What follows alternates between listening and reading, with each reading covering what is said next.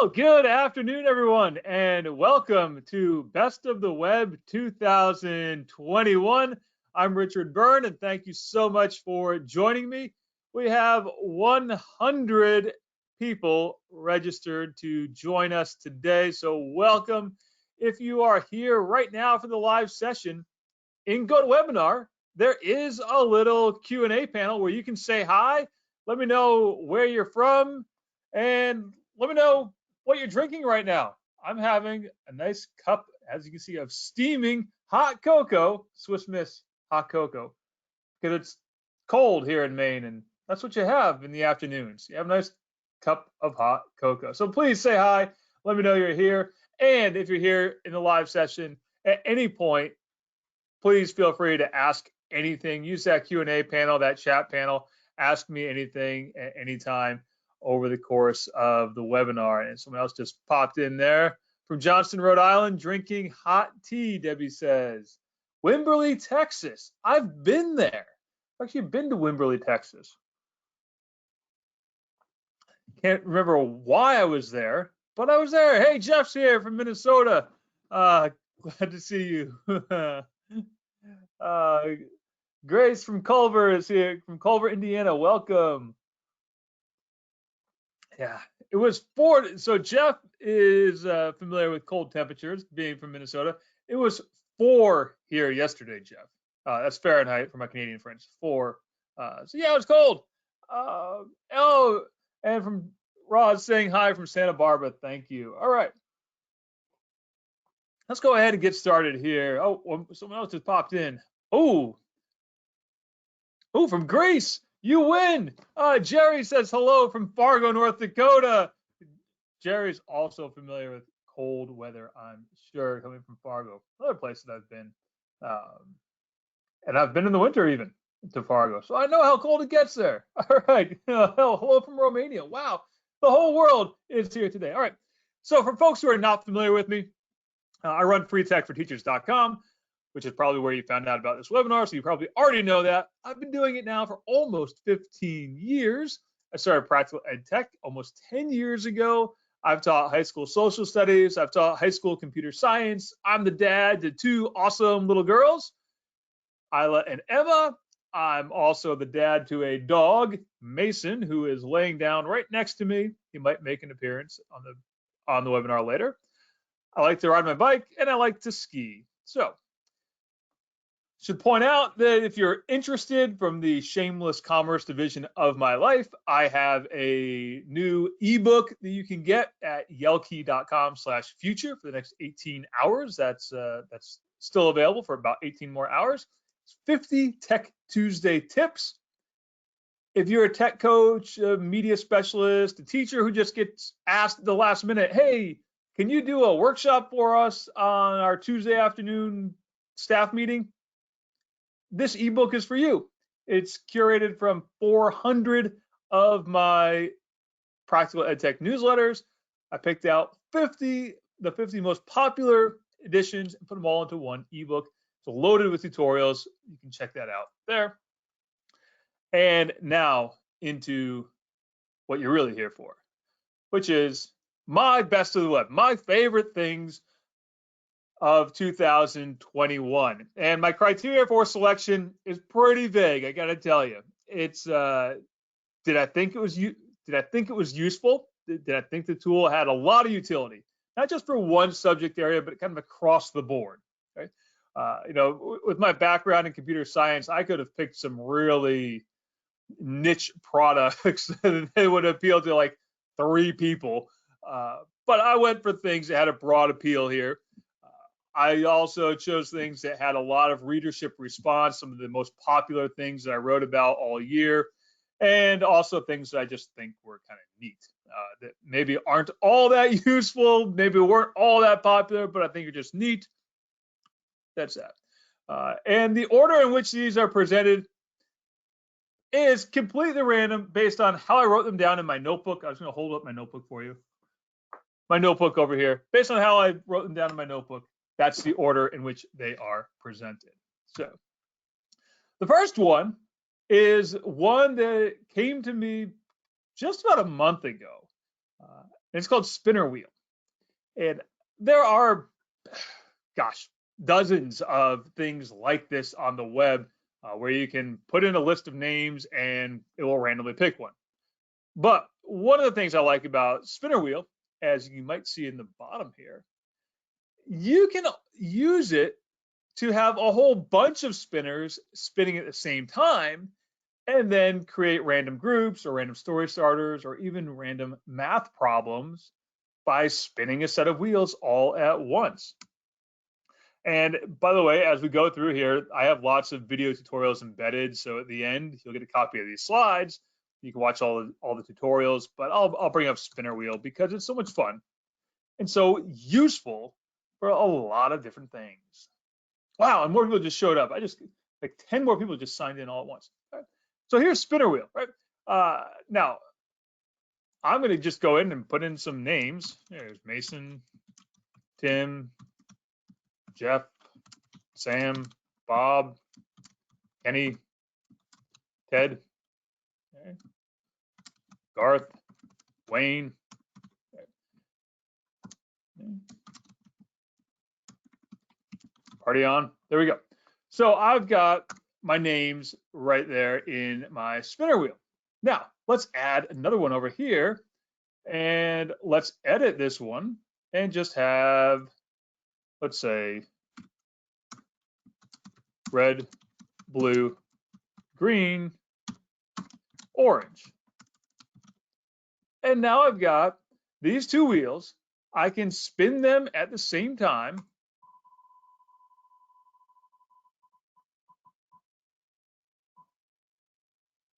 And we can see there's Bob. Whee! And orange. I'm going to put Bob in the orange group and say, Bob, you're assigned to the orange group. Now, there's more.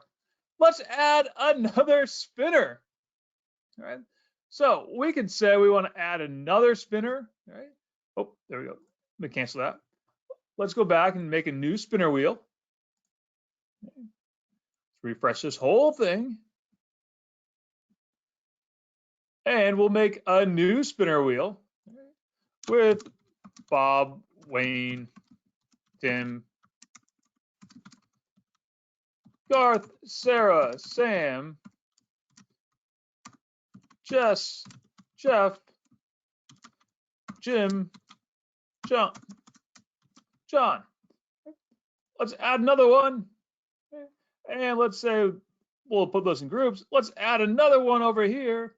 And we'll put those in the green, red, blue, orange, white.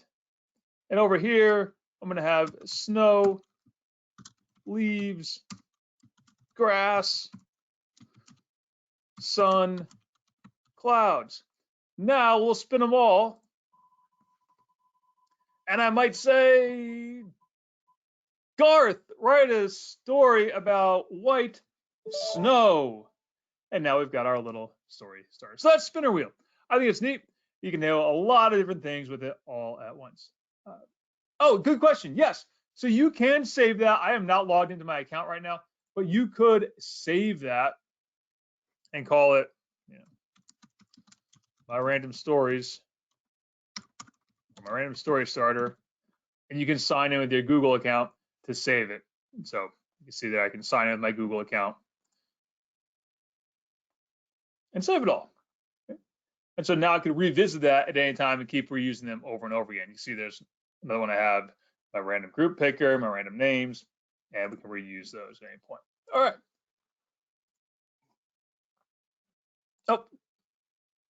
Oh, good. Yep. So you definitely can save. You can say that. Unfortunately, you can only use your Google account to save it.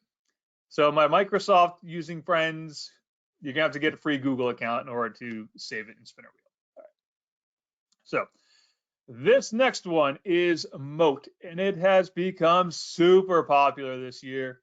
I started using it back in January. Absolutely love it. Shout out to my friend Greg Kulowick, who first shared it on Twitter back in January, and I was like, wow, this is awesome. Moat lets you add voice notes to basically everything within the Google Workspace suite. Google Docs, Slides, Forms, Classroom, Gmail. spreadsheets, you can add voice, or you can just write it. Yes, Debbie, you'll get a copy of this. You'll get a copy of this today. So let's look at Moat. So in Moat, let's say I have my sample Google Doc for Best of the Web 2021. And just go ahead and make that text a little bit bigger for everybody to see. There it is. Good. There's my sample sentence for the webinar. I'm going to use Moat. When I add my comment, you'll see over here on the right-hand side a little click to record button. This is a nice sample sentence that you've added to the Google document. I'd like to see you write some more sample sentences in the webinar. And now, boom, we've added in a comment in the form of a voice note. So this is an extension called Moat, M-O-T-E. You can find it at moat.com. I'll put the link in the chat right now.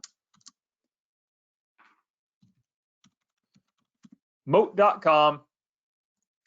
Now, my students, if they have the extension installed, can play the voice comment back. If they don't have it installed, they'll have a link to click to play the comment back on an external website. Now, while I'm here, I just hid my note. While I'm here, I'll show you one of my other favorite new things to use in Google Docs, and it's called WordTune. You'll find it at wordtune.com. I'll put that link in the chat. And I should point out that while I'm going to demonstrate wordtune.com in Google Docs, if you use the online version of Microsoft Word, so the browser version of Microsoft Word, you can use it there as well. You can't use it in the desktop version of Word. So this is what WordTune does. I'm going to highlight this sentence. When I do so, we'll see that little WordTune icon pop up. I can click it, and it will make suggestions for other ways that I could rewrite that sentence or write that sentence.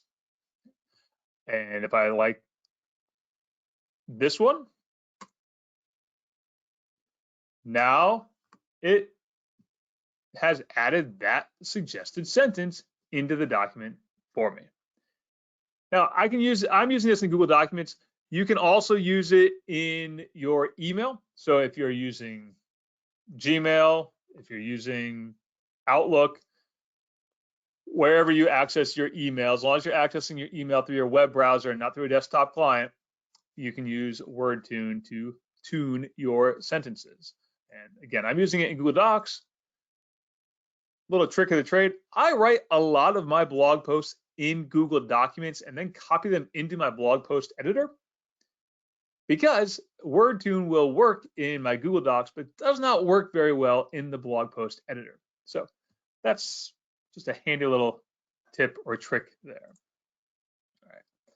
Now, next up is a really new tool. And I mean, so new that I haven't even written a blog post about it yet. I mentioned it in my newsletter on Sunday night, but I haven't actually written a full-fledged blog post about it yet because I just started using it a couple of weeks ago. It's called Veve App, or just Volley. You'll find it at volley.app.com. Hand raise if you use Flipgrid and or Slack. Give me that hand raise icon or a yes in the chat if you use one of those two. Oh, good. All right, so if you use Flipgrid, if you use Flipgrid and you've ever wished that you could also include a document to go along with your Flipgrid video, this is what Volley does. Or if you've ever used Slack and wished that you could also include a video in your Slack, this is what Volley does. Volley is really good at letting you do video messaging around anything that you want to include, whether that's a document, a picture, or just some sample text, just some text written out as a text message, and you want to reply with a video, Veve App is great for that. I'm really starting to just dig into it right now, so I can't give you a full-fledged blow-by-blow of all of its features yet, but I will also say it includes screencasting. So if you want to reply to someone's question with a screencast, you can do that all in the Veve app. It works in your web, works on your desktop, also works on your phone, and it's really designed for video messaging and breaking out beyond just a teacher giving a prompt and a student replying. The whole class can get involved. So it will work not in your web browser. It works on a mobile device. They have iOS and Android apps, and they also have desktop applications for Mac and for Windows. So you can use it as a desktop install. But speaking of Flipgrid, Flipgrid's got so security features, Grace, around Volley in terms of what? Like you can moderate it. You can moderate it. You can kick people out. People have to be invited. You have to. You can't just open it up to the whole wide world. You have to invite people via email invitation to join you on Volley. You can't just say like, hey, the whole world's going to join me. So those are the, hope that's what you meant by security features, Grace. I'm not, hopefully that answered that a little bit. But speaking of Flipgrid, Flipgrid has some cool new features that we should mention. If you haven't tried them out yet, virtual backgrounds in Flipgrid. I love the virtual background feature. Why? Well, because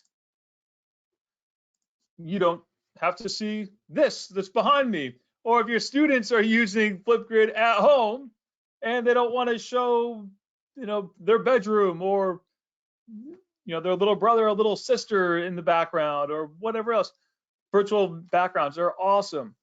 Flipgrid also just rolled out last week a new way to add students into your grid. You can now just give them a link. You can put that link in Microsoft Teams, of course, Google Classroom, whatever learning management system you want to use. Put that link in there, and students can join your Flipgrid groups that way, rather than having to use a code like was done in the past, or being invited by you directly via email, as was done in the past.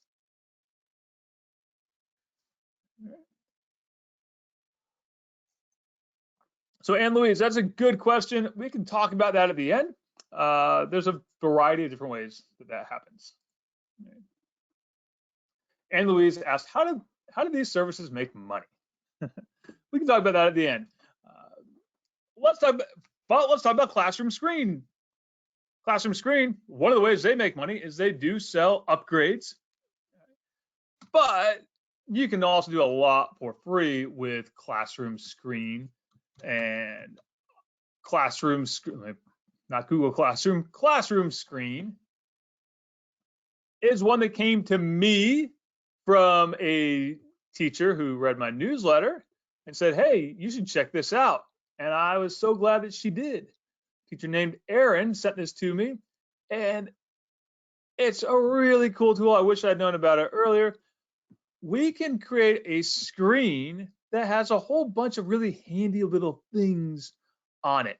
Things like, a sound meter. Okay. And you can just display that in front of your class so that they can see how loud they are being. Okay. I like that option because I tend to be very sensitive to background noise, more so than most kids are. So instead of it just being Mr. Burns being sensitive to background noise, it's actually an objective measure of how loud the class is being. We've got timers, we've got stopwatches, we've got random name pickers, and again, Sam, Beth, Tim, Kate, Jess, Holly, Dara, Mason, and we can run that name picker and have that all on one screen to use over and over again.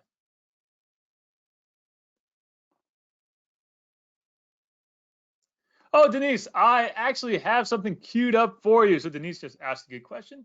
Websites, tools for creating websites and creating screencasts. Yeah.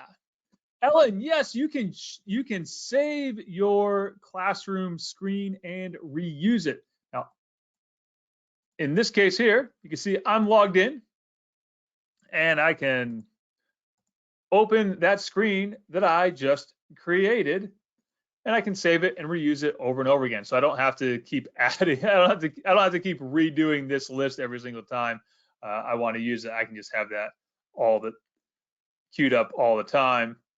And of course, if I get new students in the class, I could just refresh it and update it with a new list of students, and do Mason, Max, Morrison, Finn, Milo, Sam, Diane, Norm, Cliff, Woody, Rebecca, and we can add them in and do that whenever we want to. So again, that's classroom screen. Bunch of other stuff you could add to your classroom screen besides just what I put up there. If you just want to have a text note up on the screen, you can do that. QR code. If any of you want to use the same screen that I have up right now, you could scan that QR code and you'd all be looking at the same screen that I have displayed right now, using that classroom screen QR code.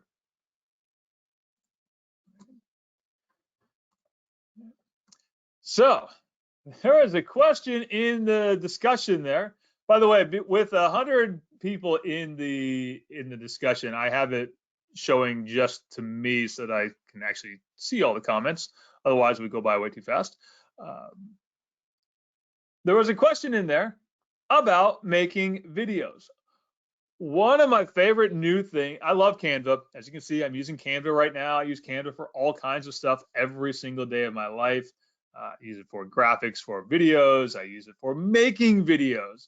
I use it for making this slideshow that we're looking at right now, and even making websites. But one of the things that's new in Canva for this year is a full-fledged video editor that is also a collaborative video editor. You can just find it at canva.com/video-editor. I'll put the link in the chat for those who want to give it a go right now. And let's pick a template here and make ourselves a video. I'm going to use the blank template. Students do not have to pay for Canva. There is a Canva for Education, which is free. Canva for Education is free. It's free for you. Just go to the Canva for Education page and you can sign up and you get access to all kinds of really cool features. All right, now speaking of cool features in Canva, one of the things that I like about it is that you can import all kinds of really cool pre-made elements, like, for example, a dog running. And we're going to say, well, I want this little video clip of a dog running. And some of them, like this one here, there's a dog running. So there's my dog running clip. Now, if I want to crop it, and crop it down so that it's just the dog and not the rest of the background, well, yeah, I can do that. That's helpful. And now we can see it playing within there. But you'll notice that that clip is 53 seconds long, 52 seconds long. I don't need all of it. In fact, I only want the part that has the dog in black and white like that. But I might want to reuse it a few times. So let's duplicate it. And we can duplicate it again. And now I have those three little frames. And we can play that whole little clip. And it plays seamlessly all the way through without any weird transitions between them or uneven transitions between them. Now, we want to add some audio in the background. Well, let's add some audio.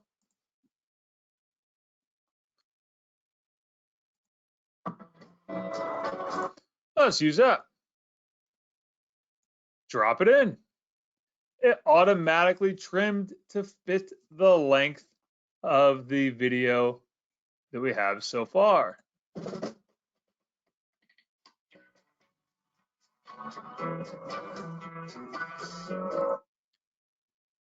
Pretty handy little tool. Now, I'm going to start the project of dogs running.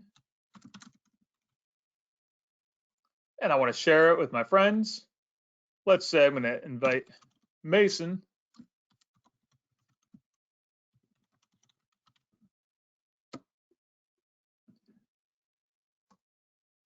And now Mason has access to edit the video right along with me. You can make these videos 10 seconds long or 10 minutes long or 20 minutes long if you wanted to, using all of these tools that are built right into the Canva video editor. So handy little update there. You can do it for more than just animated videos. You can do it if you just want to narrate a video in a Ken Burns documentary style. You can do that as well. And I have some detailed tutorials on that available. Now, this is one I'm sharing just because I think it's cool. It's fun. Yes. So Grace and Roz just both asked me questions regarding the Canva video editor. Let me go back to that. Yes, you could upload existing video clips that you have and incorporate them into your new video. So here's my dogs running video. Let's go to my uploads. And I have video clips that I've already uploaded. Well, I want to include, I don't know, let's say this clip. I don't remember what the heck I'm talking about in this clip, but I'm going to use it. And now I'm going to have a video that begins with the dog running, a transition into me, and then a transition into the dog running away.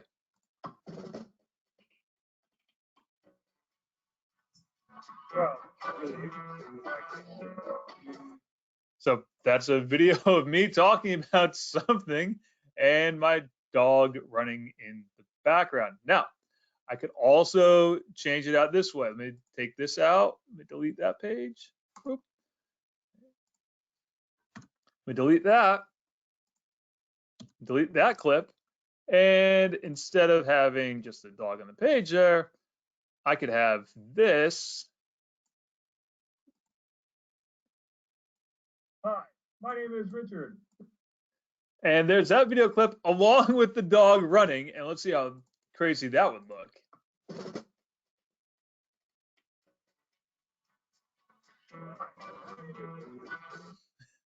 So hopefully that answers your question of yes, you can upload your own video clips, put them wherever you want inside of your Canva video project and use them however you like.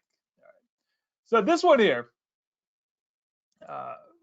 by the way, I should also point out that there is the option to record your presentation in Canva while presenting it, but in this case, I'm just doing it full screen this way.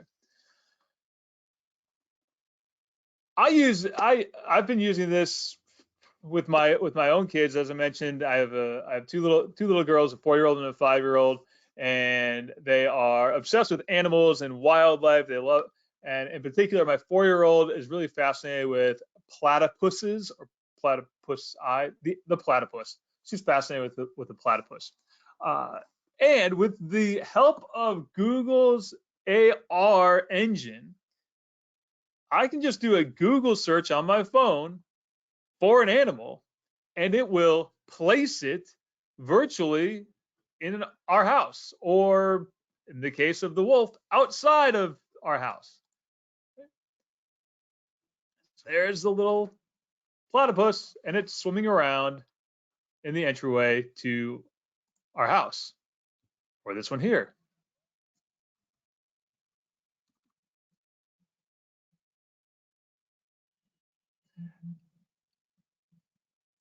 And that was done just through the use of AR that's built into the Google search app on Android and on iOS.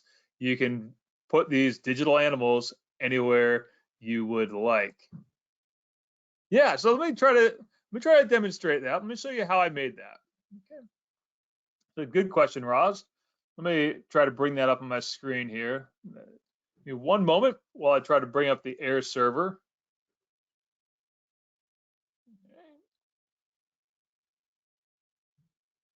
Give it just a second there. Let's hopefully that'll come up.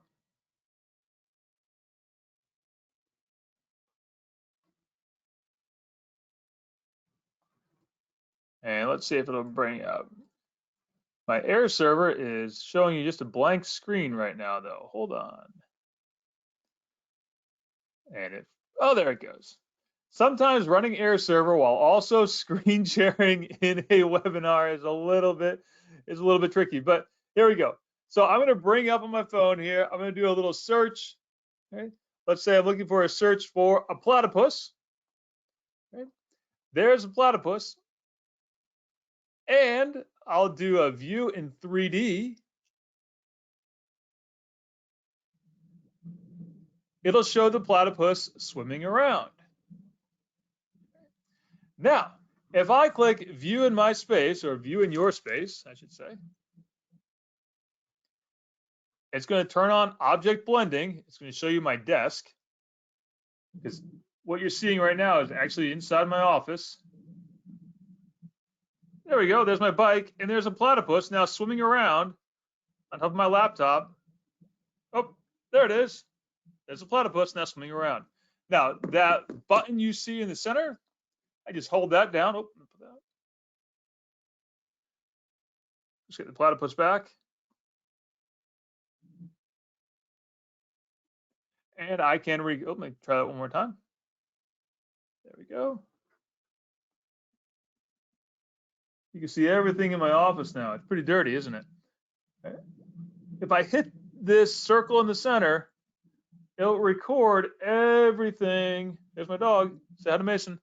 It'll record everything with the platypus in it. So that's how you can make those little videos. Yeah. Now, I will warn you, and I learned this the hard way. I shouldn't say it's the hard way. If you have little ones at home, like I do, you know, as I mentioned, my daughter's 4, my youngest is 4. The wolf one kind of scared her. I did not do it in the house. That's why we did it outside, because I was afraid it was going to scare her, and she thought that there was an actual wolf in the house. So yeah, use those things kind of sparingly. All right. Here's a great little exit ticket tool, and I know there are a lot of exit ticket tools out there on the web.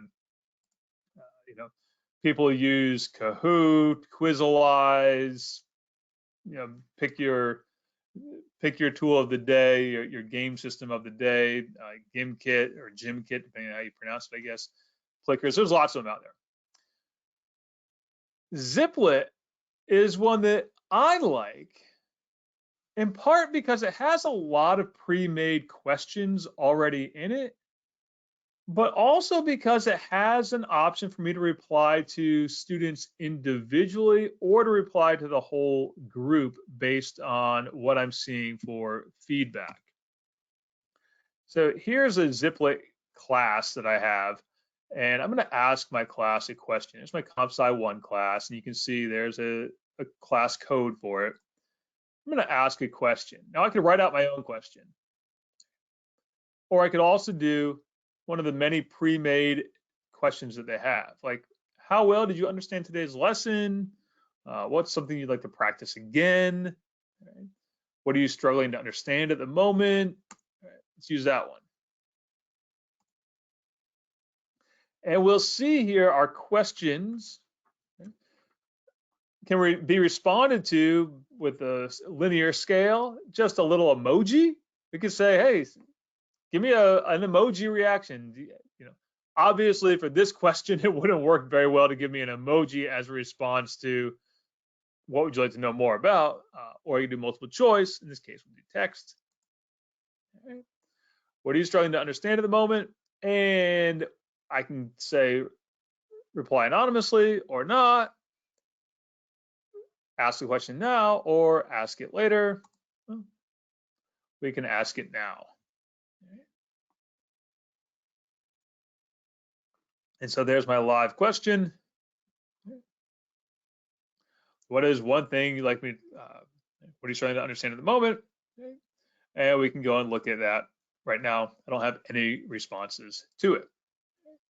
Now, if I get a response, I can view my students' responses or reply and or reply back to them.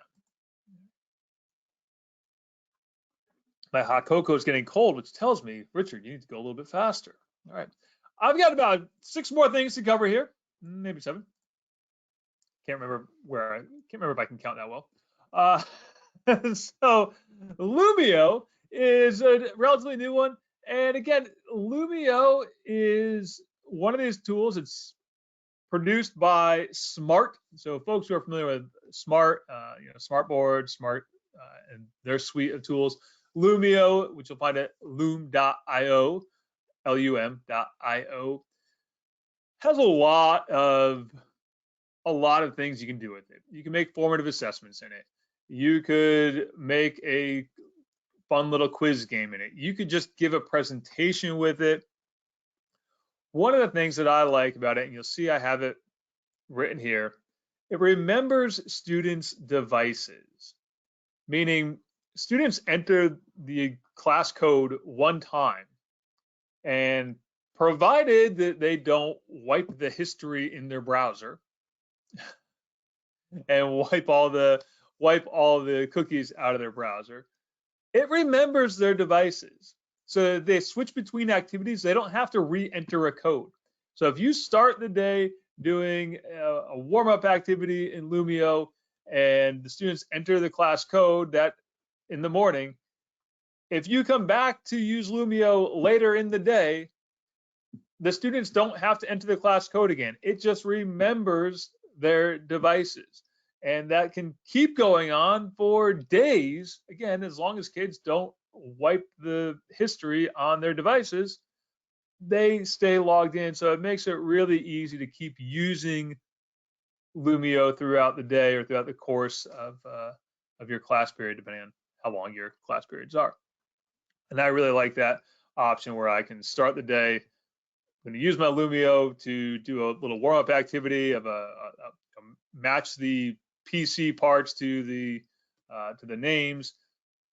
My kids then go off and do their PC repair activity, hands-on. They come back at the end of the day. They go right back to that same place, and I can give them another activity to do, and it remembers their devices the whole way through.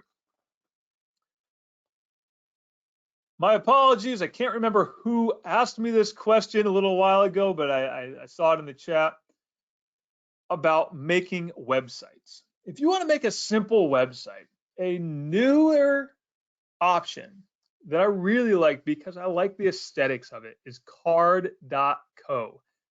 Card with 2 R's. Card.co. This is not going to be a replacement for Google Sites or for WordPress or EduBlogs. It's not going to replace that. What it's designed for is more of a portfolio type of website where students are going to showcase examples of their best work from September, October, November, December, January, all the way through the year. It's going to be a nice 1-page, simple, clean website. Really easy to use, really easy to set up. And because it's designed to be focused on that portfolio aspect, you don't see a lot of sidebar widgets. You don't see a lot of extra stuff that you don't need. Now, if you want something more than just making a portfolio style website, in that case, then you start to get into, oh, I want to use WordPress with a specific theme, or I want to use Google Sites with a specific template or theme that Google Sites provides. Google Sites has gotten much, much better in that regard. And that would be my recommendation if you want to go in that direction. You can also make a website in Canva. Canva will let you make a website out of just about any design that you have. In fact, these slides I'll share as a website when we're done. Now, raise your hand if you've got an old PowerPoint file or an old Keynote file or an old Google Slides file that you like to roll out every year. Give me that hand raise icon if you do that. Or you just tweak it a little bit every year. It's okay. Right? I've got a set of slides that I have probably used 3 years running. And I mentioned that because you can turn those slides into an automatically narrated video using Narrowkeet. Narrowkeet.com, you can take your slides, upload them, and it will turn those slides into narrated videos. The one catch is that your slides need to have speaker notes in them. So if you have speaker notes in your slides, upload them to Narrowkeet. Narrowkeet will turn that into an automatically narrated video for you. All right. Now, this is what I'm going to give a little live demo of. It's X-ray goggles from Mouse. So there used to be an X-ray goggles tool from Mozilla. Mozilla shut it down. They stopped supporting it. But mouse.org, which is a organization that provides instruction on computer science and programming, they took it over and now offer this tool called X-ray goggles. Let's go to a website that's relatively mundane, ESPN.com. We'll go to ESPN.com and let's pick an interesting article about baseball. And we'll pick one about, oh, I don't know. Let's see, what do they have here? Buck Showalter. All right.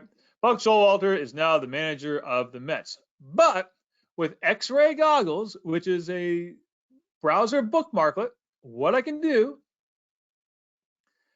once the page loads, and I can freeze everything, let me freeze that. We'll see that down in the bottom right corner, I have X-ray goggles are activated. And now I can highlight something like, let's say, this portion here of the page.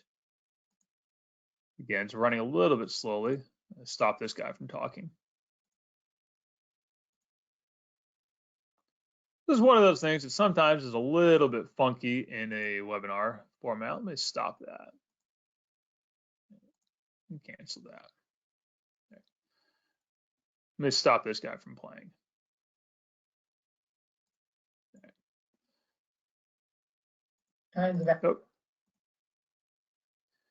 Oh, how about that? ESPN will not let me stop that video from playing. Fantastic. Thanks, ESPN. All right, so here's what X-ray goggles does. All right, I can now highlight this section. Okay. Let me highlight this section here. And it's not going to work with ESPN's video playing. So let's try it with a different website. Let's try with a different website. So a bookmarklet is kind of like a browser extension. Okay. Let's pick something that's, let's try to pick an article here that's, let's pick this one. I try to avoid using news websites for demos like this, but in this case, we'll use this one. What X-ray goggles can do is let you take something like this headline.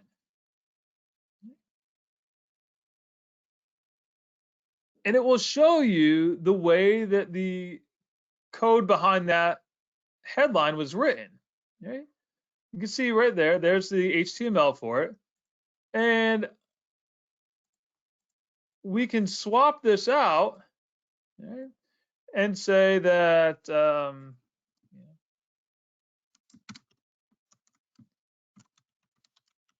Bart Simpson warns US over 5G safety concerns. updates it. And so now my article looks like Bart Simpson warns US over 5G safety concerns. And I can do the same thing again down here. Can highlight that portion. And we can say,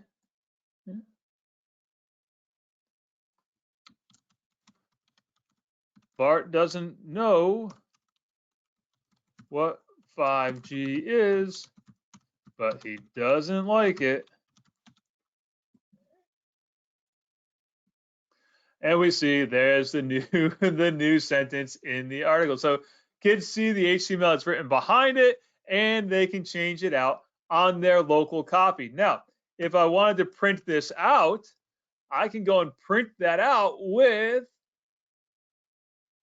the new headline, Bart Simpson warns US over 5G safety concerns, with that new line in the article. So it looks like it came from the BBC, and I can print it out, give it to kids and say, hey, is this article real? What's going on with this article? So that's a neat little tool. So Thomas said, why not just use Inspector in Chrome, etc.? So, and I knew someone would ask me about that.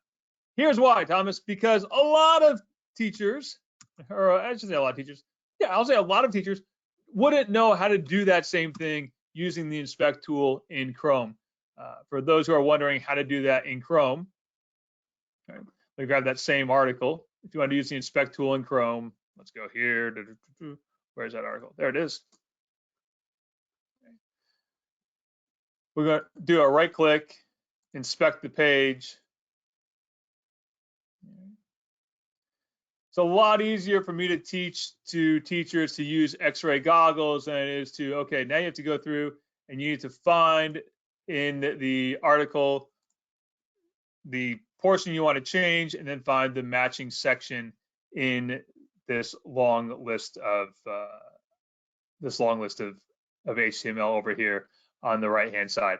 A lot easier for me to teach that X-ray goggles piece than it is to try to teach them the Inspect tool. Now I do teach the Inspect tool to some who are interested in learning how to use it, and I have a video linked up about how to do that.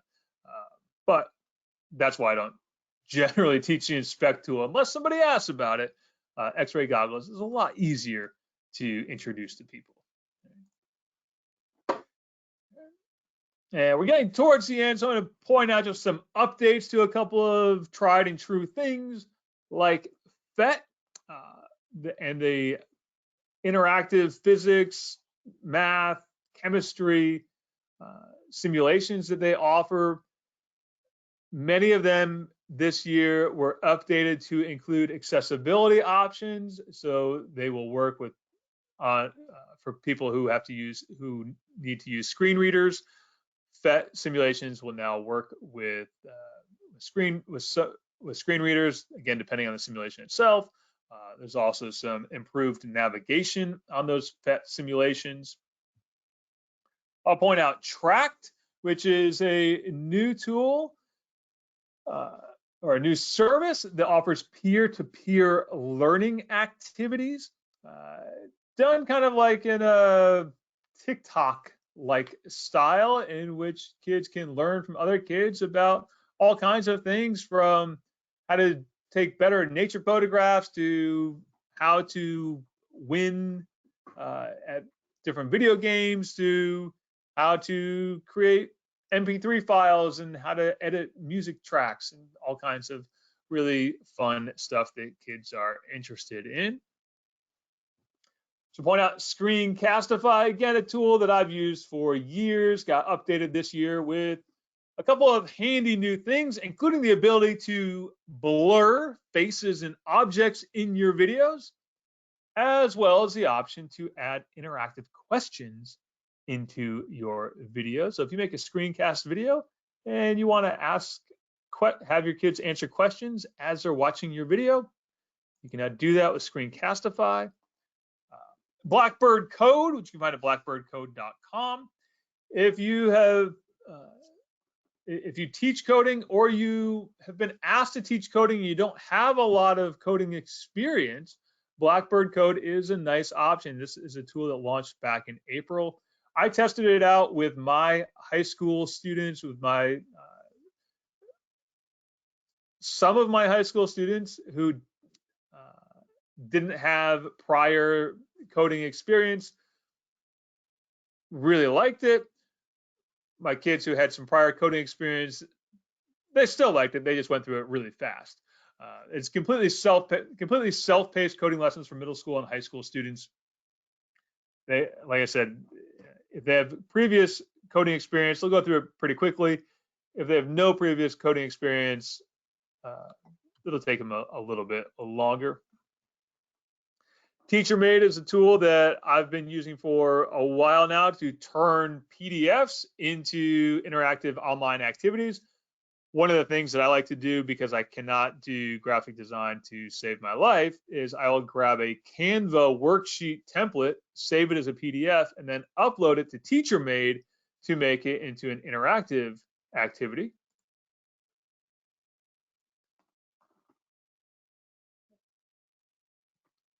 All right, and let's grab a couple more things here.